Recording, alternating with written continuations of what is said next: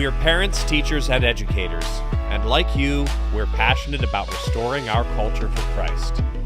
This is Veritas Vox, the voice of classical Christian education. Hello again, and welcome to another episode of Veritas Vox, the voice of classical Christian education. Today we have with us Ashlee Kasten. Ashlee, welcome. Thank you for having me. Ashlee has started a ministry that's been going for several years now, called The Purpose of Motherhood. But before we get into that, I'm sorry that I don't have my wife interviewing you. That would have made more sense, wouldn't it? But in any event, I know a little bit about motherhood only by observation. But tell us about yourself personally first. Sure. Yes, that would be fun. Maybe one day we could do that. So I am Ashlee Kasten, and I was born in Florida. So I have a little history around where you've been as well in Florida. I was raised a pastor's kid, raised in ministry, had it, basically we like to say like stamped on my diapers, right? Like I was raised in it. And then went to college in Florida. And during that time, kind of had my, I guess, kind of not necessarily questioning faith, but not really fully following the Lord. And then I go and get married.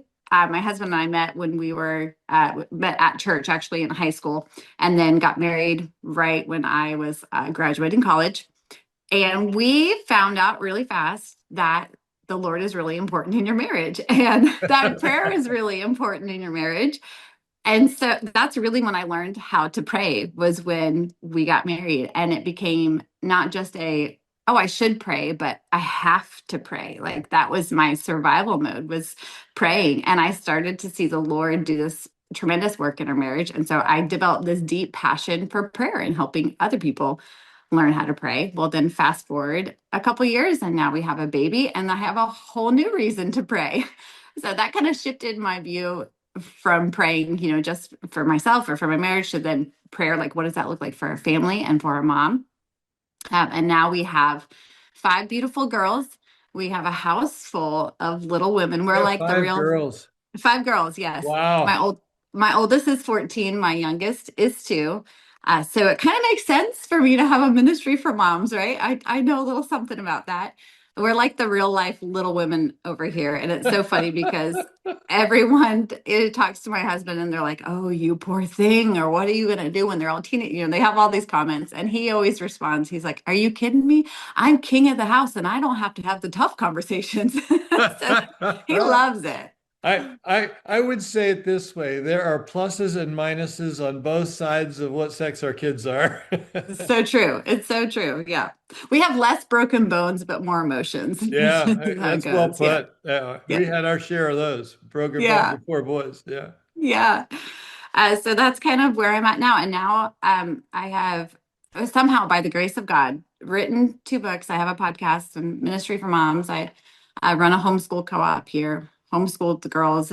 My husband is a pastor at a church here, so we do ministry alongside each other and somehow squeeze in laundry in between all of that. You're in the Raleigh area. What's frequently Verena specifically? What's the name of the church? Focus Church. Okay. Yeah, my husband and I, he's a campus pastor at one of the locations of Focus Church. Okay, very good. Yeah. So this question is really intended to be a bit of an equivocation answered in 2 ways, both in your ministry and in reality. What is the purpose of motherhood? Yeah. Okay. So the purpose of motherhood to me, this is my ministry, right? And I really set out to really make it a place where moms could come and get filled up and connect with the Lord, connect with each other, kind of that Titus model of discipleship where the older are pouring into the younger. And that's so needed in our generation, just a place where we can be poured into by the moms who've gone before us and have that wisdom. Sure.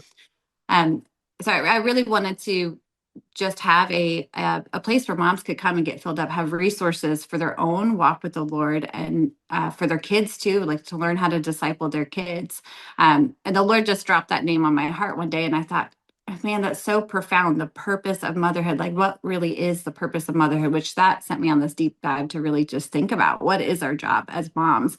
We live in a culture that has, and probably with the rise of feminism, I mean, really, that was such an attack on motherhood and on the homes to make moms feel like motherhood was such a burden, that it was this ball and chain that traps you in this, in the home, and that now you couldn't have what, the grass is greener on the other side. You couldn't have this thing out there that was somehow greater than the work that you're doing in the home. And so women started to resent that and started to fight back against that, against marriage and kids and all that. And so while I do think that there is a big wave now of moms coming back to the heart of the home, and a lot of moms choosing to homeschool, or just really stepping in that role of creating beauty in the home and discipling their kids, there definitely is a huge remnant left from that. I think we're still kind of fighting against that. And so when I look at the purpose of motherhood, it's a mom who understands that her role is,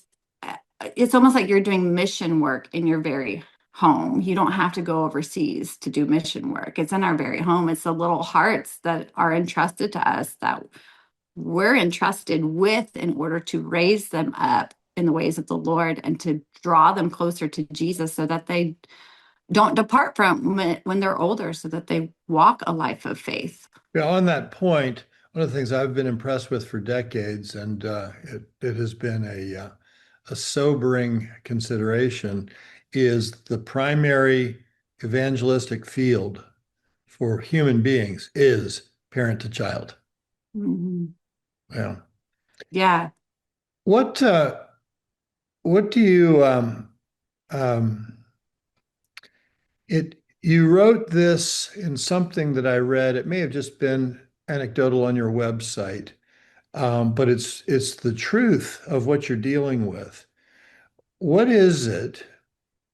Uh, let me put it another way. It's understandable that somebody standing over a baby who is soiled and needing a diaper change, or standing in the kitchen doing dishes, it's understandable that someone that may be well educated with even a classical education, a college degree, standing there doing these things, will have time to think, this is really demeaning, this is really menial. I'm capable of being in a boardroom discussing billion-dollar deals, and here I am doing something that's completely mindless. So we have that as part of, I think, the influence that we have to attend to as we think about the value and the purpose of motherhood. How do you address that in yourself and with your Mhm. the people you have the opportunity to minister to? Absolutely. Well, I think first we have to recognize where those thoughts come from, right? There's such an attack on the home. The enemy is trying to always, I like to think of it this way. It's like the enemy is always trying to pull our head this way, away from our home and away from where Okay. our work is most important, because he knows if he can get his hands on the next generation, he can, I mean, the influence is huge. I mean, the impact that for negative or for good that you can have when you get your hands on young people is astronomical. And so we have to recognize that first, that the feelings of, and I'm not saying that you can't have things outside or be a working mom, or is not about that at all, but the feeling that you have of this is insignificant comes from the enemy, where we feel like this work doesn't matter, whether it's changing diapers or putting a kid down for bedtime or disciplining, all those things. All of it matters. This is what I like to say to moms. Our work in the home is like the work of a farmer. You go outside every day and you put seeds in the soil. And every day at the end of the day, you come in tired, you come in dirty, your hands are filthy, you're covered in sweat, and you look out in that field and you go, that is the same field that I was in yesterday. And it looks the same way that it did yesterday Yeah. and the day before that. And you, if you're not careful, you can lose sight of the long-term picture, because you look out there and you don't see anything happening. Doesn't change in 24 hours from what I It, did 24 hours ago. no, you're doing the same thing. You're changing the diaper all over again. Yeah. But if we have eyes to see, ears to hear, and eyes to see, we will realize that that daily watering, the planting the seeds and going out there and watering and tilling the soil, all of that, one day we'll look out there and there'll be a sprout. And the next day it'll be bigger. And all of a sudden, down the road, as we're grandparents or great grandparents, we'll see oak trees where there was once these tiny little seeds that we felt like were so insignificant and there was no change happening. So I always tell moms, just don't lose heart. Just realize you're the farmer and it's going to take some time. But don't let the enemy deceive you in thinking it doesn't matter. Yeah, yeah. Thank you. Where you mentioned this before, and I think everyone listening has a sense that this is likely the truth, but I want to challenge it for the sake of at least considering if there are other reasons. Where did a negative vibe for motherhood come from? We want to say feminism did that, and that's a pretty quick, likely filled with truth answer, but it's a bit dismissive without really digging into it. Can you help us with that? Yeah. Well, I now go back to really where I believe it all stems from. Let's go to the garden with Eve. Did God really say Yeah. the enemy's his divisive, his deceptive plans are always to make us question God's design, to make us question um, our purpose, our worth, all of that. And so these feelings of is this really like are kids really a burden, and is this really all that I'm created to do, comes from that very place of, is this really God's design for me? Did it really all is this all that it boils down to? That his plan has not changed from the beginning. The enemy comes to deceive, to kill, steal, and destroy. And we see that very thing in the garden where he makes us question God's design for us. Did God really make me to be a mother? Is this all that it's cracked up to be? Yeah. And actually, we're really good at it. We are really good at it because we are naturally nurturing and we are artists of beauty in the home. If mothers could just see that too, that helps some of that negative vibe that you're talking about.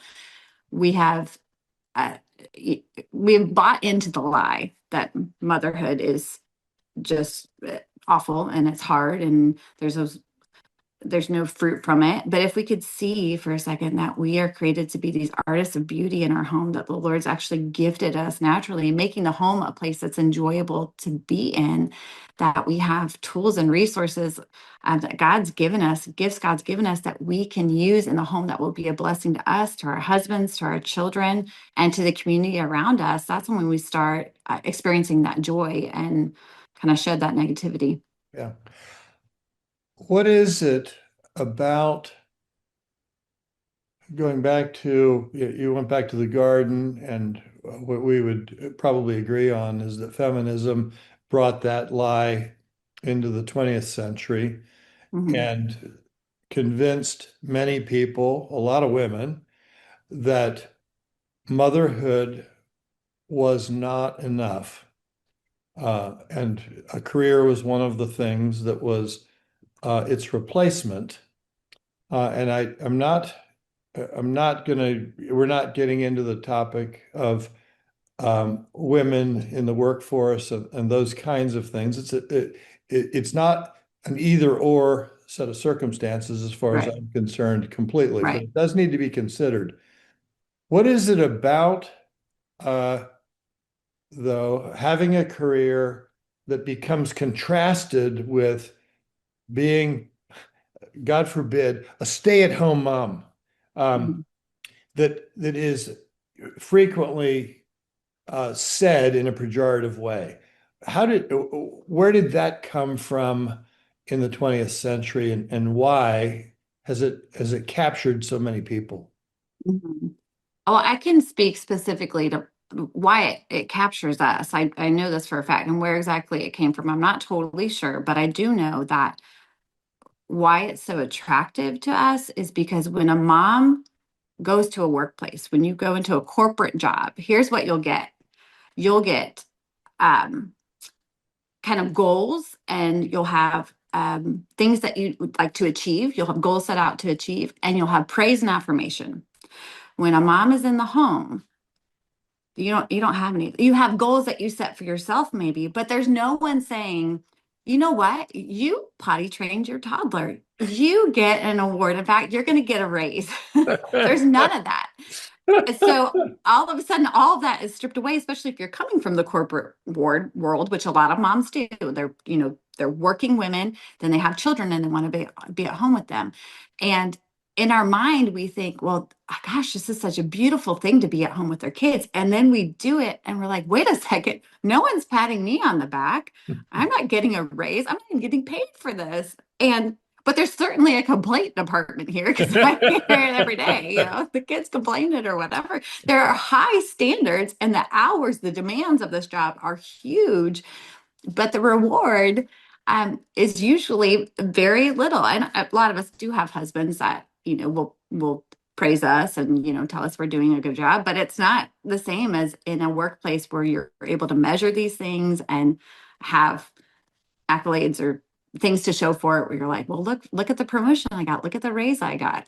So Yeah. I think Yeah. that's the draw. Well, you used the metaphor of farming, because if a farmer says, okay, in 24 hours, nothing changed, but in 3 weeks, that corn that I planted yesterday is going to be maybe knee high. I don't know how long it takes for corn to go from planted to knee high, but let's just assume 3 weeks for the moment. Yeah. Now Yeah. we've got something changing. Now we've got something I can show for it.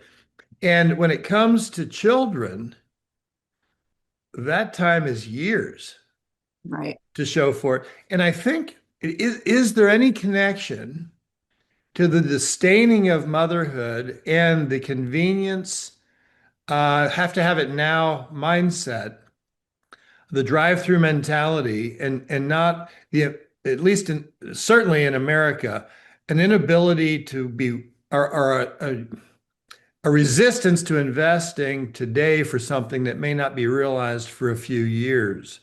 Is that related to, do you think, to the negative vibe I mentioned of motherhood? Absolutely. Yes. Because we have become very impatient people. That's part of Yeah. the culture we live in, and the fast, convenient culture, and the rise of social media and so many things that pull our attention away and uh, really dumb us down is the best way to say it. It just makes us like toddlers. So a lot of us have the brains of toddlers because we're so used to right now and Yep. instant. If a video doesn't catch our attention in the first millisecond, we're on to the next thing. So then you compare that to motherhood, which Yeah. is very slow and very intentional and the same every And the day over and payoff over again. is way down the road from the day Right. that they're born. Yeah. Right. Yeah. In some respects, not in all. Uh, the hug of a toddler around your knee is certainly meaningful, and not as long as it is to see them become mature, godly adults. Absolutely. Yeah. Well, you've written two books. I know of one. Tell us about that one first, and then mention the other one, and maybe answer similar questions on it. But tell us about Lessons I Found in the Laundry Basket. Why did you write it? What would you do differently if you wrote it today? And what is it? What do you want it to accomplish? Yes, that was the very first book that I wrote. The Lord put on my heart, and I didn't feel like I could even write a book then because I had never done it before, and also I had little ones under tow, and I just felt like I mean, I felt like I was a little bit drowning in that season. And so I thought, well, Lord, how in the world am I going to write this book? And so I thought about the woman at the well and how she wasn't doing anything extraordinary. That when Jesus met her there at the well, in fact, she was doing a chore that she likely did every single day, going to the well. And our well, as moms, is the laundry basket. We meet that laundry basket every single day. And I thought, well, Jesus, if you met her there at the well, then you can meet me here at the laundry basket and teach me something that I can teach other moms. And so that's where that name came from, Lessons I Found in the Laundry Basket. And it was all the things that I had dealt with and or overcome, or things that the Lord had taught me on things like mommy guilt, or feeling lonely, feeling isolated, feeling burdened and overwhelmed. The Lord would come and meet me in those places. I would spend time in prayer with him at the laundry basket while I was folding clothes, and I just started to write those things down, and it turned into this kind of devotional style books for moms. And it's the first book I wrote, and it's still my favorite book out of the two of them because it was such a there was such a deep transformation that happened in me as I wrote the words of that book. And so it's just one of my favorites. What I would do differently now, I probably have even more lessons in there. I think I would just extend the book and add in 20 more lessons. Well, you've talked a good bit about some elements of feeling alone at the laundry basket, maybe doing the dishes, maybe changing the diaper. You're the only adult in the room, so to speak, the only adult in the house sometimes. Um, and yet what you're promoting is a sorority, a connection with other women to help them. How far does that extend? Does that become a community that provides mutual encouragement and support for those thoughts and concerns? That's the negative side of it. Positive side of it, where does it go in terms of really building up more women who want to be mothers without reservation? Yeah. Do you mean personally in the community that I've built? Is In that the what you're, communities that you've built, yeah. the whole idea of the purpose of motherhood, Yeah. your ministry is at some level building a community Mm. of support, isn't it? Yes, absolutely. That's actually the next direction that it's going to take this year is a community because I've just heard the same message over and over and over again with moms saying not just wanting friends to vent to about the daily struggles and all, which can turn very negative, like you mentioned, or not a place to like bash your husbands or all that that's so common in our Yeah. society. It ends up being so toxic, but a place to come with real problems because those feelings can be real, but to be uplifted, to be in a community of women who are similar minded and that will bear each other's burdens. I love I love that verse, excuse me, in the Bible about bearing one another's burdens. And I once heard a pastor speak on this, and he was saying that word bear actually means to lift. And so, our job as a community of believers is to come alongside each other, not to bear as in now we're all burdened down, because we know that goes against what Jesus tells us, but to actually lift that burden off in prayer, lift it up to the Father. And so, I think like for me, that's my heart now for this next step is to create that community where moms um, are surrounded by the other women who will help to lift that burden. Like we're praying for one another while we're also growing closer to the Lord and growing in His Word, which then trickles down to our children. So it's this like, beautiful, just kind of circle. Yeah. It's easy for me to talk about motherhood because I've never done anything wrong as a mother. But I let's love talk that. about fathers now. Let's talk about husbands for just a moment. Yeah. Provide us some thoughts to husbands so that women that might be listening to this can say, here, you need to hear this. I'm kidding. But so that the men that do listen to it are also challenged for how they Mhm. help their wife and support her as the field general of the home. Yeah, absolutely. As women, our desire is for the men to lead. And that's a God-given desire. Now, women, I will speak to you for a second. Our tendency to can be to try to lead them into leading, Yeah. right? Or beat We them call into that leading. supplanting leading. Yeah, yeah, yeah, yeah. Which is not biblical, okay? But that desire to want them to lead is. And so for men, I would say be strong and courageous and be leaders in the home because when you lead a home, it flows from you to your wife, to your kids. And there's such a blessing that comes on the home where the father is leading. And if you don't know how to lead, then get in a community of men who are leading. Be around the people you want to be like. We can't ignore that command for both women to submit and for men to lead just because we don't feel like that really fits us or we don't feel equipped or whatever the case may be. It is a command for us to do that, and it's for our good because that's when the home works at its best. You mentioned that there are no accolades, there are no awards, there are no raises.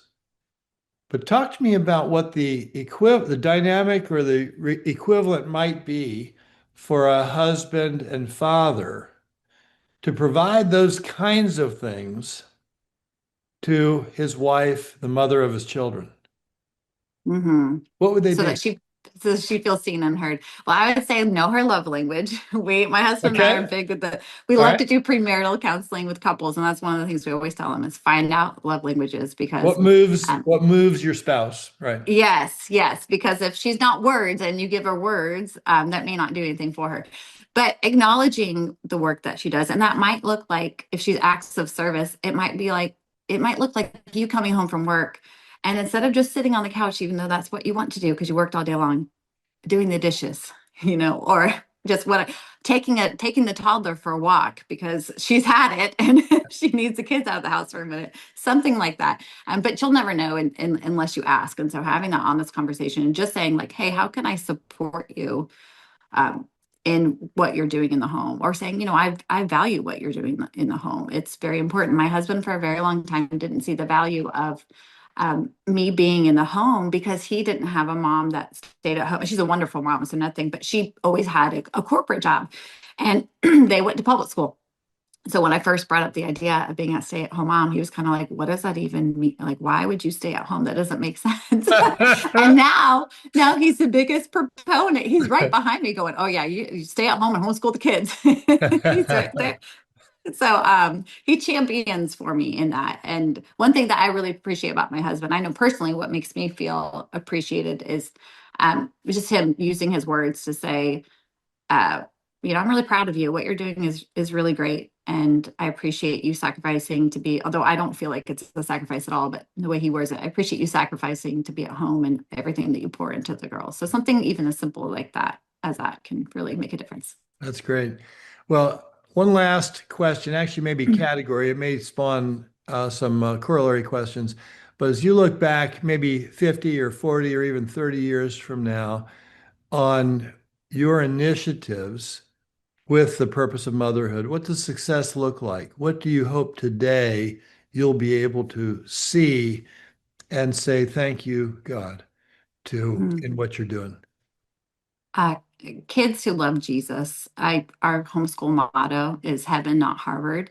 And I constantly am reminding myself of that if my kids grow up and they become these successful doctors, lawyers, all of these things, but they don't know Jesus, none of that matters. We can't take any of that with us. And so success to me looks like kids who love Jesus and are in a loving home where they experience to our the best of our ability the love of God. That's what success looks like to me. No, no doubt. But I'm going to push you a little bit on that because I couldn't agree more that that is A1. But is there also, where does it fall into of realizing the potential that's God has given you, that the educational rigor and the challenges and those kinds of things help produce people who are meeting, um, as Colossians encourages us to, an ability to use the gifts God's given us. So for me personally, yeah, I Yeah, think if I am able to help other moms discover their purpose and like looking back, if I was in my community helping other moms connect to Jesus and helping them pastor their kids, and I mean, writing more books, continuing to do podcasts and pour into my mom and into moms as I'm pouring into my own children. I know without a doubt that that's what God's called me to do. yeah, And I think that's such a great thing as moms when we've discovered that, like how we're gifted and how God's designed us and what we're created to do. Yeah, I would look back and be like, you did it. You did. You yeah, used what God, the little He gave you in the small pockets of time that you had, and you wrote those books anyways, and you spoke at the moms groups and just kept trucking on. yeah. Very good. Ashley, thank you so much. It's Thank been you for great, having great me. visiting with you. I really am a bit out of my element, trying to interview You did great. the way motherhood should work. It's only by observation, and thanks for really encouraging our audience. Very kind of you. Yeah, thank you for having me. It was a pleasure. And folks, thank you for joining us on this episode of Veritas Vox, the voice of classical Christian education. We hope to see you next time.